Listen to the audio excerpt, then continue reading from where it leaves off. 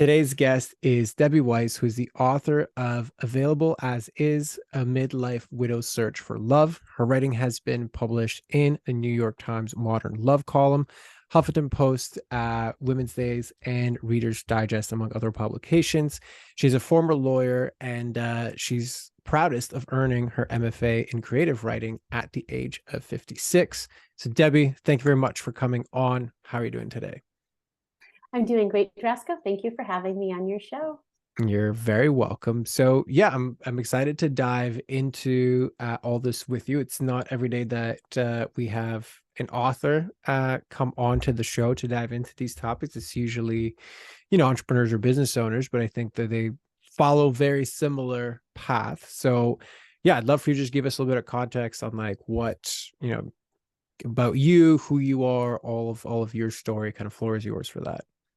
Okay, thank you. Well, let's see. I married my high school sweetheart. He was my one and only. I knew him since I was 7 years old. We started dating when we gotten thrown together at family events. And we started dating when I was a senior in high school. He was a senior majoring in engineering at Cal Berkeley. And we were pretty happy together. We became an attorney, became an engineer. And then in 2009, he was diagnosed with cancer and he passed in 2013. As part of my recovery, I turned to writing. And that's when I started to blog, to send out my writing, as you talked about some places I've been published. And then ultimately I went back to school, got the MFA, and had my book published. Beautiful. And what is like, tell us more about the book. Okay. Okay, I'm holding my copy up. I've got my copy. And, you know, when I was widowed, I was very lonely and I was a little messed up. My husband had been in denial about his illness, and I was a pretty young widow. When he died, I was 49. And then when I started dating 14 months after he died, I was pretty shocked at what the dating environment was like for midlife people, maybe for all people. I hadn't dated since 1980 when I was a junior in high school, and the world was very different. So I started to put some of my experiences into the book because I wanted people who've been through something like this to feel like they're not as alone, because it is surreal and the loneliness is devastating, and you kind of have to remake yourself as an individual after being half of a couple. I was half of a couple for 32 years of my life, and suddenly you have to reform yourself, and that isn't always the easiest thing to do when you're in your midlife years. It's not like college, Rook. You're in university and there's all these people around and all these classes and you have all these dorm mates, and there's a bazillion people in the cafeteria. People are much more isolated, I think, when they're older. So I wanted to talk about what it was like to create a new life and to try to find a new self and even a new love. Got it. So yeah, I mean, that's like the reinvention process, I think, is hard for anybody in anything, but especially in this instance where like so many major life milestones, so much of your identity has been tied into living life a particular way and being in one way. I can only imagine what it's like. It's like I'm relating it back to myself when, so I had a brick and mortar weight loss center for 10 years, and like fitness and nutrition and all that was like my life. Like Mm-hmm. not just growing it, but also like growing a team and building that up into something. And then when that imploded, right, for those of that know my story, so like that imploded Mm-hmm. because I wasn't facing a lot of these inner issues that I coach people through now. That whole reinvention bit was like you're just like lost in the sea of like, I don't know, am I the only one this way? So anyway, Yes. I just reflect that back to like, I can only imagine what that's like when it's such a formative relationship that you had with this individual. So yeah, I basically, long story short, like I love what you're doing. I love what you're writing about, because I don't actually hear a lot of people speaking about that particular process. So if you want to add anything to that, by all means, floor is yours for that. I would love to. I think it's really hard for women my age, especially because you are part of a couple for so long, and then suddenly you're on your own. Right about the point you think you're sort of settled into this very secure kind of life, And then suddenly you're putting yourself out there, dating, trying to make friends. When my husband passed, we were very isolated people. He was a computer engineer, which says a lot. And I was kind of a bookworm. I'd quit practicing law when I was 40. I was burned out. So it was really hard to say, okay, if I don't do something, I'm just going to sit at home alone for the rest of my life. I have to reinvent myself and go out there and join groups. And then eventually decided, well, I want to be in a relationship again. So I have to go out and start dating. So it was kind of a different level of trying to be proactive when I'd never really had to do that before.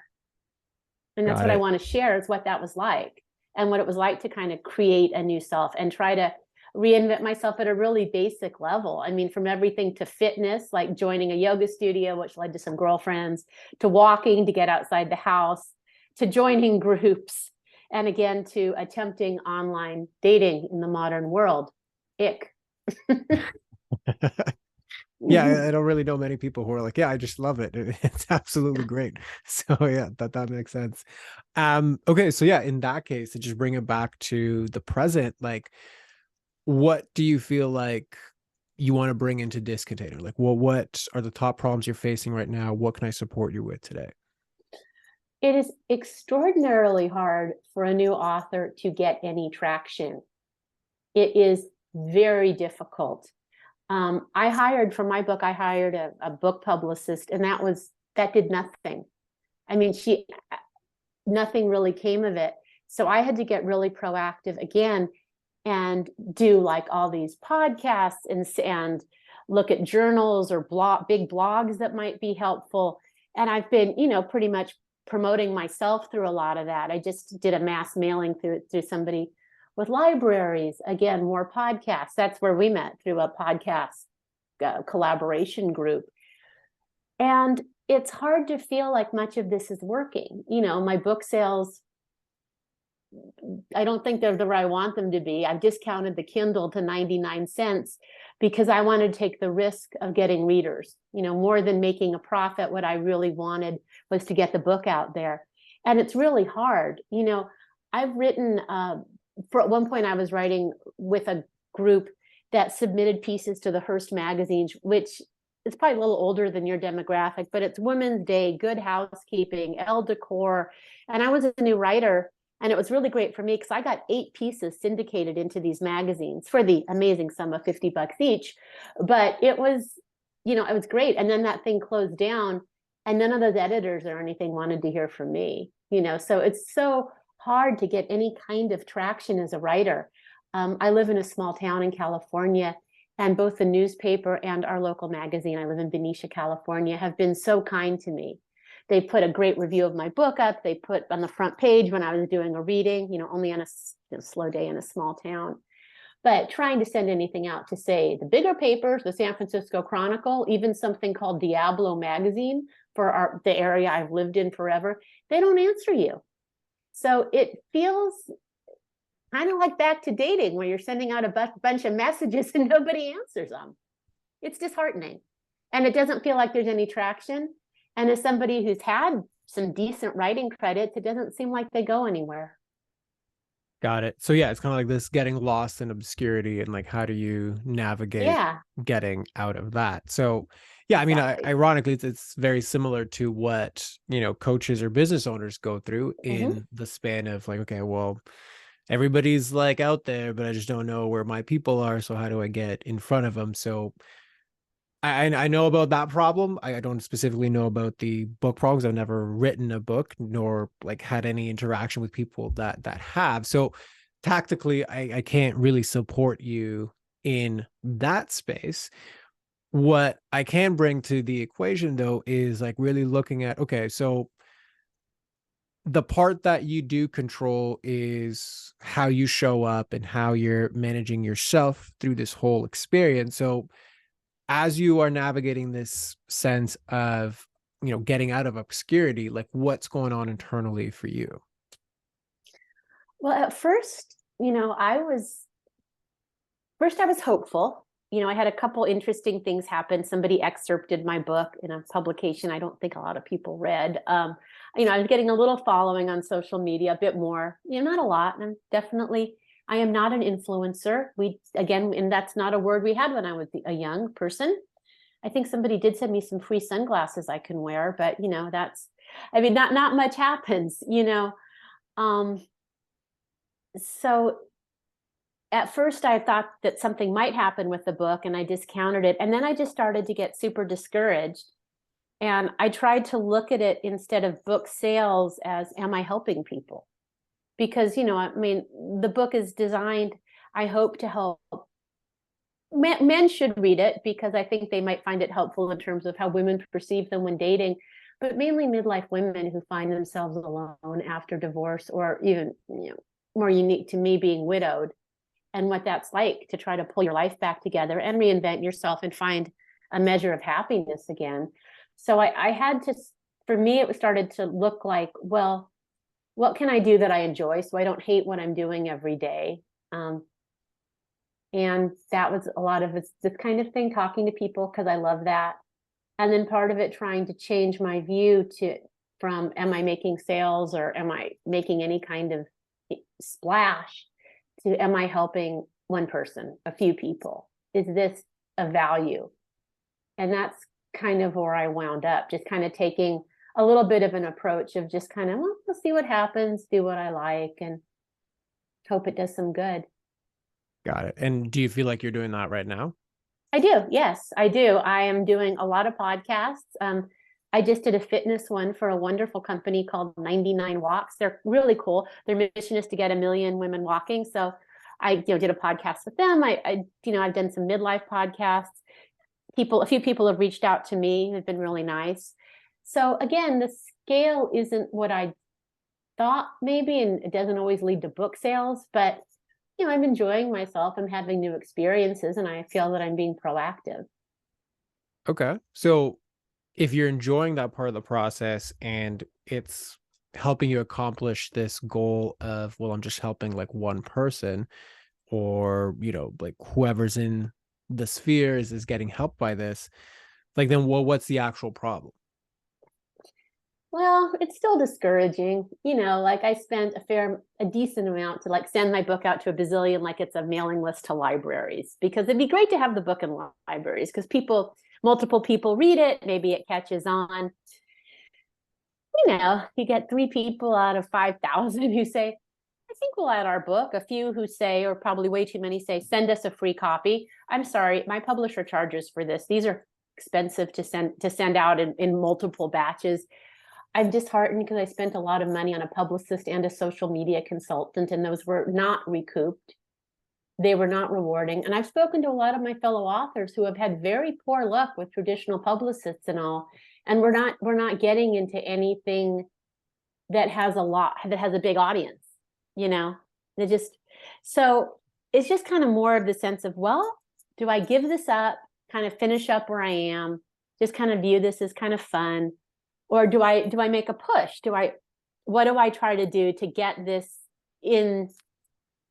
more out there? How do I get more notice for it? Got it. So it's a fair question, right? Do I just give this up and enjoy the Yeah. rest of my life knowing that I've written a book and it was therapeutic for me, and there's benefits to that? Or do I push this further and see where it could go? And ultimately, that's only a question that you can answer. So which one resonates more with you and why? Well, for right now, I'd probably go with the push. And that's because the book was published last September. So it's out of sort of the hot new release area, but it's still new enough that people might have some interest in it. In terms of looking for signs, sometimes what does the universe say? My partner, I've been partnered for 5 years after being widowed, so I'm very grateful for that. Is kind of like a very, what the universe says. And every time I want to give up, somebody reaches out to me, like you reached out from that podcast. So did another woman who's an author who connected me to a couple other people to talk to, which may or may not go anywhere. One's in grief and grieving, one's in midlife. Things kind of keep happening. A gal I worked with said, well, let's do the library mailing. Like, okay, and I also wanted to support her. She's, a lovely person and fallen on hard times. So, things kind of keep coming up where there's a new idea. I mean, just in the New York Times today, there's a big trend called date talk. where you put like your crappy dates on TikTok. Now, young influencers are getting a bazillion followers from this. I don't know if I will. And I haven't dated in 5 years, thank heavens. But I did think, I could recycle some of my bad dates. I'm actually pretty funny. I could give that a shot. The book has 77 5-star or close to 5-star reviews on Amazon, and people who read it, podcast hosts, people who've requested it, love it. If this was a crappy book and I had only heard crappy things and it had like, 1-star reviews on Amazon, I would be more apt to give it up, because I'm a former lawyer and I would say, okay, I still write like a lawyer, decent litigator, bad writer. Okay, I can live with it. But the fact that people who have read it love it and find it helpful makes me feel like I should keep pushing a little. Okay. So what if you put yourself in front of the book? What do you mean? Well, right now, like if you were to rewind and watch this back, so much of your narrative around this is kind of outside of you. And what I mean, like, I know it's your book. I know it's your baby. I understand all that. That's all fair. But the way in which you speak about the success of the book, it's like, well, the book is good, so therefore it should do better. Publicists haven't really given me what I thought that they were going to give me. These other outlets, I can't seem to get into them.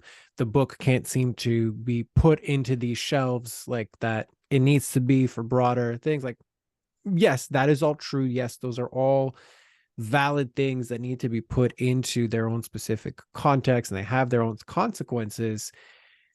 And Mm-hmm. what I don't really hear is like, at the end of the day, the book is you. It And is. if you want the audience and the exposure, why not be leading from the front as you? Like, this is me, this is my experience, this is what I have to contribute. And I also have the book, meaning the bigger you get around these messages, the bigger the book will be by extension. So what resonates, what doesn't, what lands, what doesn't. That kind of makes sense. I'm not looking to do a coaching business or anything, but I do know a lot of people who have written books, and they do kind of put themselves in the forefront. And I have thought about that a little bit.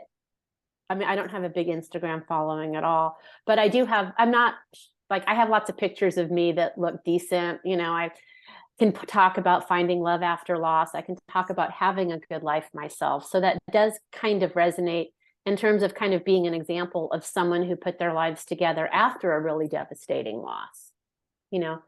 I've done this. I mean, this is, so that kind of makes sense to me, actually. Plus, if you're looking at people, I mean, I had some social media training, again, waste of money. I'm sorry, that's rude. Not an expense that worked for me. It makes sense because people react better to pictures of people. They want to see a person. They don't want to see an inert book cover. So that does kind of resonate. Okay. So if it resonates, then what's stopping you from doing it? Well, I think I'm boring. It's hard to find interesting content. I am not, I don't have the duck lips. I do not have the blown out hair. I saw this on a terrible TV show, put like a ring light next to my bed when I wake up in the morning, and, that type of thing. I'm also kind of a technological idiot. But I guess also because I feel like social media, if you don't have some kind of it doesn't work. And that's where I see putting myself out there, would be. I did a little of that. I've had a couple things out there where I read pieces of the book, and I've got a couple funny TikTok videos, which people kind of liked, nothing big. But I guess I just think that unless you're sort of already there, it's very hard to get a social media following. And I see social media as the way to get people to be interested in you as a person, as opposed to something like a book or a car or something. Okay. And how many, as you call them, midlife women do you think resonate with everything you just said? A fair number. I mean, definitely midlife widows, and also midlife with divorced women too, I hope. Even some, some younger people have read the book. Younger people have bought it for their moms. I hear that in my yoga class, which I appreciate. Okay. So So even if I you do just think there's a pause lot. right there, right? A lot and then you have real world evidence of it. So do you think those women that are in like your, for lack of a better word, target market, right? Like that midlife women, like if that's who you're targeting with this book, with this message, with your experience, and they are more likely to be what you just described. They don't like social media. They don't have this ring light that they wake up to. They're not everything's perfect. They're all like messy.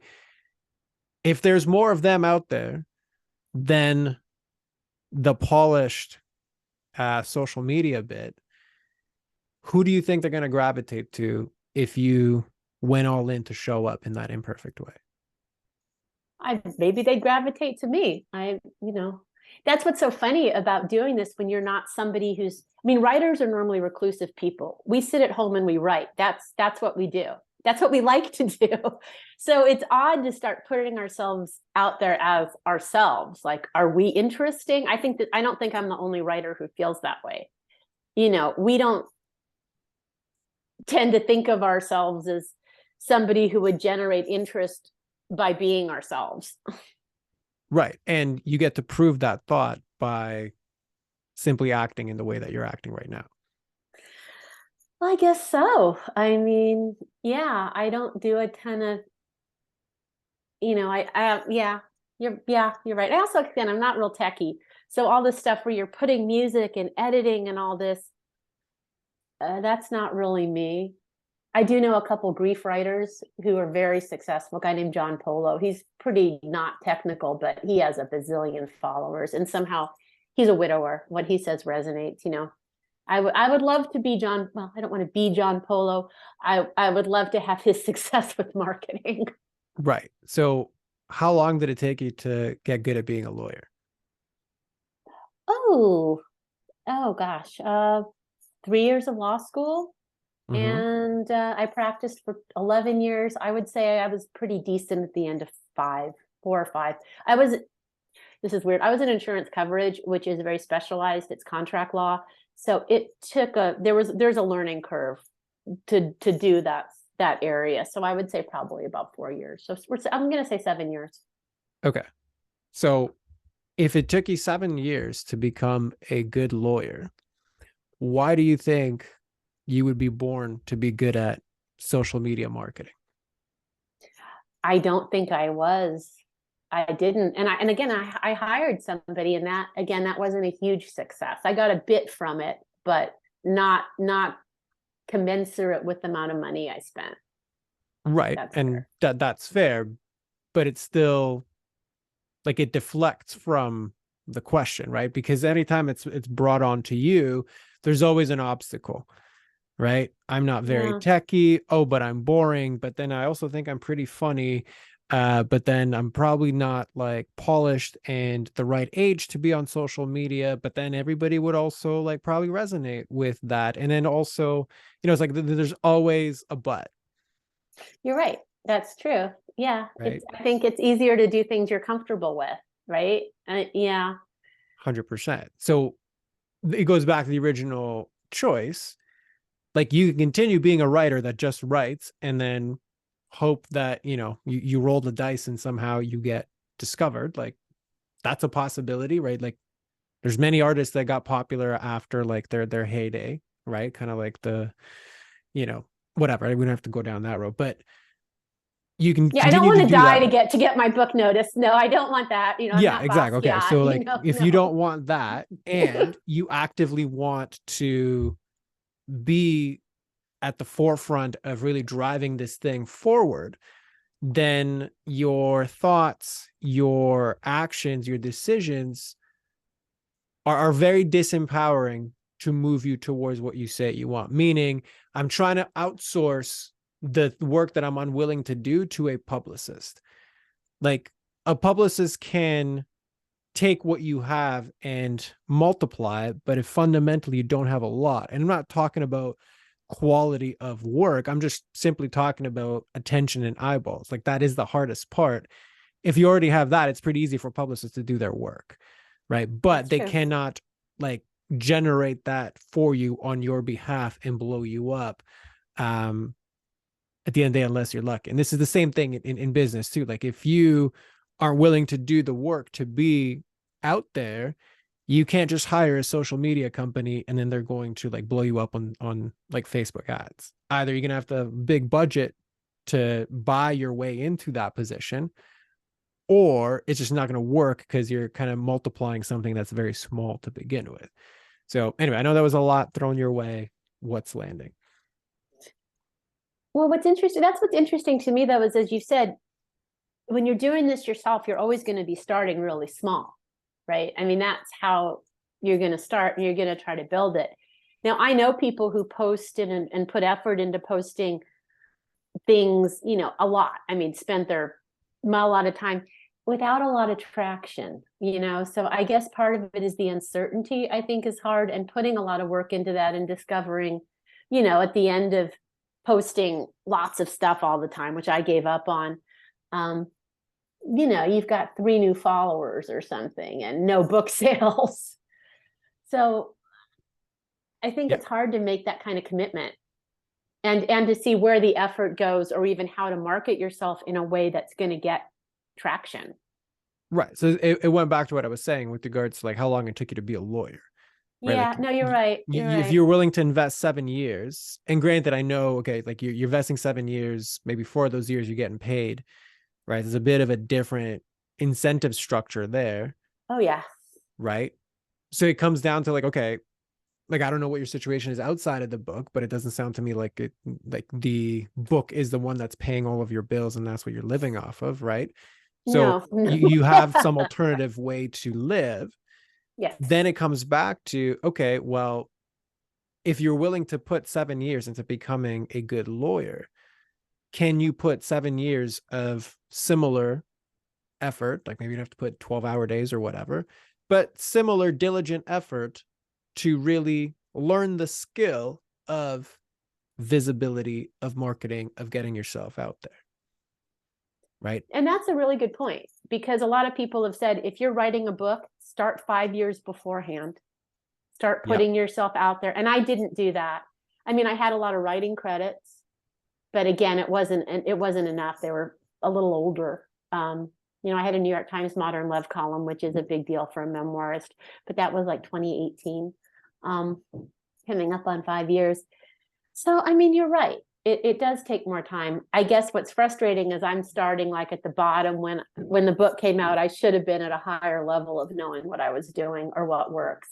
Just like I've also heard for authors, you start to get more traction with your second book. Right. Well, it's kind of that idea, when's the best time to plant the tree, like 20 years ago? When's the second best Yeah. time, like right now? Right. So this is Yeah. the same situation that you're in. So really it just comes back to, is really the way that you're thinking, feeling, and acting around this goal in alignment with the goal itself?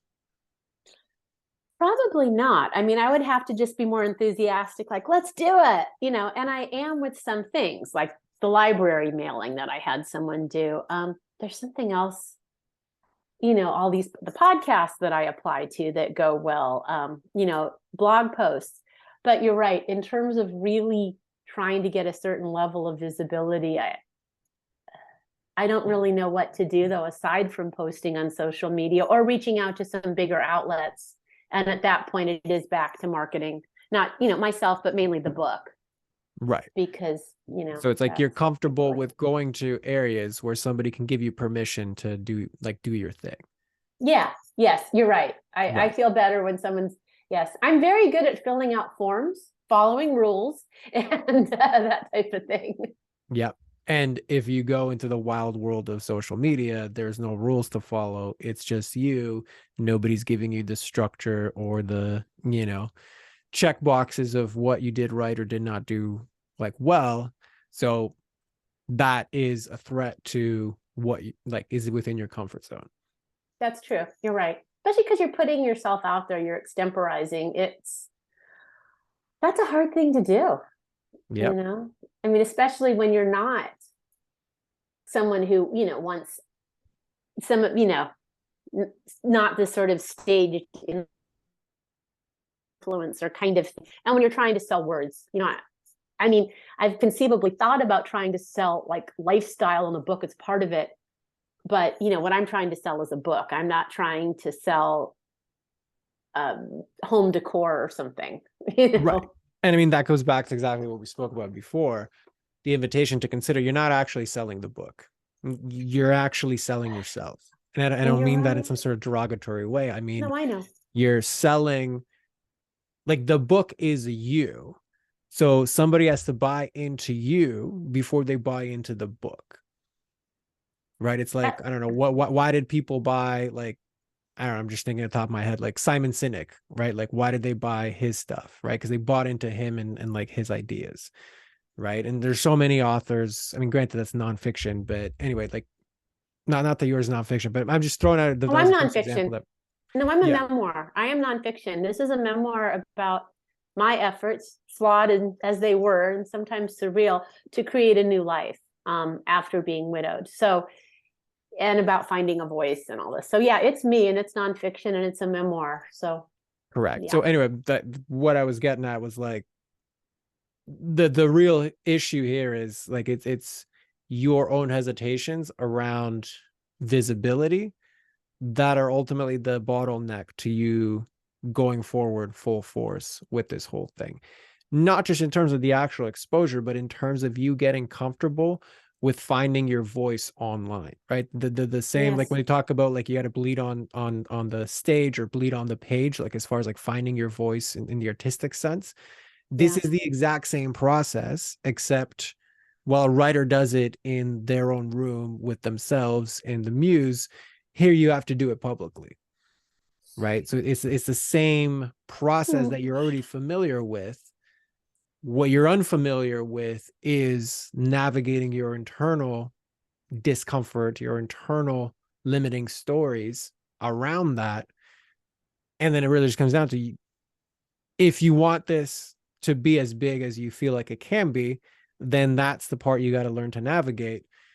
If you don't, that's also cool too. But as long as you're honest with the choice and can be at peace with the choice, then it doesn't matter. But what got you here kind of won't get you there. That's kind of the ultimate summary of it. That makes sense. Okay. I mean, that makes sense because I'm kind of reaching a little bit of the end of what I've been doing so far. I've been on a lot of midlife podcasts and all, a lot of grief and grieving podcasts. Book sales are not, they were higher at the beginning. They're dropping off, which is fair. I mean, that's life. But yeah, I'm reaching, I'm only going to do so many kinds of mailings or things or trying to solicit interest. I can't reach out to the same papers over and over. So yeah, you're right. I mean, it is definitely a shift in terms of trying to market yourself in front of the book. I mean, is something else about yourself, like you, instead of this product. That's different. Yep. And listen, that could be a beautiful thing as well. So that's the part you get to explore. Yeah, definitely. Yeah, I wish there were some easier ways to do that than posting on social media and hoping more people sort of pick up or find you interesting. I mean, I'm on Instagram and I get a few new followers a day, and they are mostly creepy men who also slide into those message requests with, "Hey, beautiful, want to send $1 bazillion to God knows where to help me with my ailments?" That type of crap. Yeah. Which again, unfortunately, is on par with the world that you're entering. So yeah, as Yeah. much as I agree with you, it also means you're in the game, like you're in the game of being out there. So yeah, you gotta take the duality of what shows up along with that. Um, yeah, so I think it kind of, it always goes back to that same thing of like the choice and the visibility. So do you feel like that's complete as far as like mapping this out for you, or do you feel like there's still something left outstanding? I'd say the only other thing is, for a writer, you want a lot of reviews, specifically Amazon reviews. And I have a newsletter and I send it out. And I think I've pretty much milked its subscribers for reviews, but I find it really hard to ask for something repeatedly. And I'm kind of trying to decide how much of a pest do I want to be. Here I am trying to help people, which is true. But at the same time, I want reviews because I would like the book to be shown to more people on Amazon. Mm-hmm. So Um, again, right, that's also a limiting thought. Like I'm being annoying, right? And it shows you're up right. in marketing all the time as well, right? Like how many times do I reach out to somebody, et cetera, et cetera. So Yeah, I'm not discounting the, discomfort of your experience. I am just kind of reflecting back all these things and that they're actually pretty normal. Like this is like welcome to what it is that you want to do. This is the price of admission for all of these things, right? you're right. No, you're right. You're right. You have to just kind of give it your all and push harder and be willing to put yourself out there, I guess, as opposed to what I like to put out there, which is a book, you know. Correct. That is absolutely correct. So yeah, I mean, does that feel complete for you, or is there still something left outstanding? No, I think that's pretty good. I think that's pretty good. I think I need to kind of think about what to do to put myself more out there. Um, and from there, hope that someone is interested in the book as a piece of that. Or think, wow, she's got it together. She pulled it together. I'd want to read her book. 100%. So I'm glad that that's landing for you. So yeah, in that case, why don't you just close us off? Let everybody know, exactly where to find you, where to find the book. Floor is yours for all that. Oh, well, thank you. Um, hmm. My book is available. The easiest way is on Amazon, where it has like 77 super positive reviews. Um, and you can find me on my website, which is Debbie Weiss Author. My Facebook author page is also, not surprising, Debbie Weiss Author. Same with Instagram. I'm also Debbie Weiss on LinkedIn, which actually is getting a little traction. And I believe Debbie Weiss Writer on TikTok. I'm not there a lot. But the best thing to do is probably my website, Debbie Weiss Author, or look up my book on Amazon or Google it, available as is, A Midlife Widow's Search for Love. And I'm probably pretty hard to avoid in a Google search. Awesome. Well, as always, we'll include that in the show notes. But Debbie, yeah, thank you very much for coming on and sharing all that with us. And for everybody else listening, we'll see you on the next one. Thank you very much.